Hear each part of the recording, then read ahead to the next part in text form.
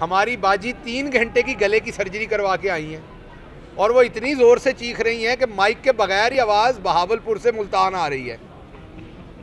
और माइकों के बगैर मुल्तान में लोग वैसे ही बैठ के उनका जलसा सुन रहे हैं और उनकी आवाज़ ज़्यादा फैसलाबाद आ गई, तो इसलिए हैदर साहब वहाँ से PMLN छोड़ के PTI में शामिल हो गए।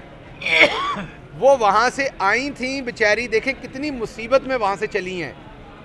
एक बीमार बंदा जो 3 घंटे की सर्जरी करवाता है, जो सर्जरी सिर्फ दुनिया के 2 मुल्कों में होती है और दुनिया के किसी मुल्कों में नहीं होती। मुझे लगता है बाजी जैसे शहरी पाए ही उन 2 मुल्कों में जाते हैं, बाकी तो इंसान है ही नहीं।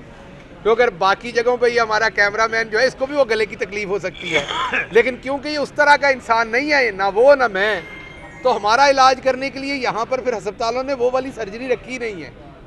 ये बाजी जड़ी तो सर्जरी है ना, ये मकर दी सर्जरी है बुनियादी तौर पर। अल्लाह तो सेहत देवे और बुनियादी तौर पर अगर वाकई ये सर्जरी हुई है उसमें से भी अल्लाह आपको सेहत दे, लेकिन मकसद असल ये है आपका कि आप इंतखाबात से भागें। आपका दिल करता है कि किसी तरीके से आपको इंतखाबात में तारीख मिले आगे से आगे और आप इसको एक्सटेंड करें, क्योंकि आपको पता है अगर आप इस तरह से इलेक्शन के अंदर चले गए तो एक टर्म होती थी ज़मानत ज़ब्त होना, अब मेरा ख्याल ज़मानत ज़ब्त नहीं होनी, ज़मानत के साथ कुछ और ही होना है। तो इसलिए आप हर सूरत इलेक्शन से भागना चाहती हैं।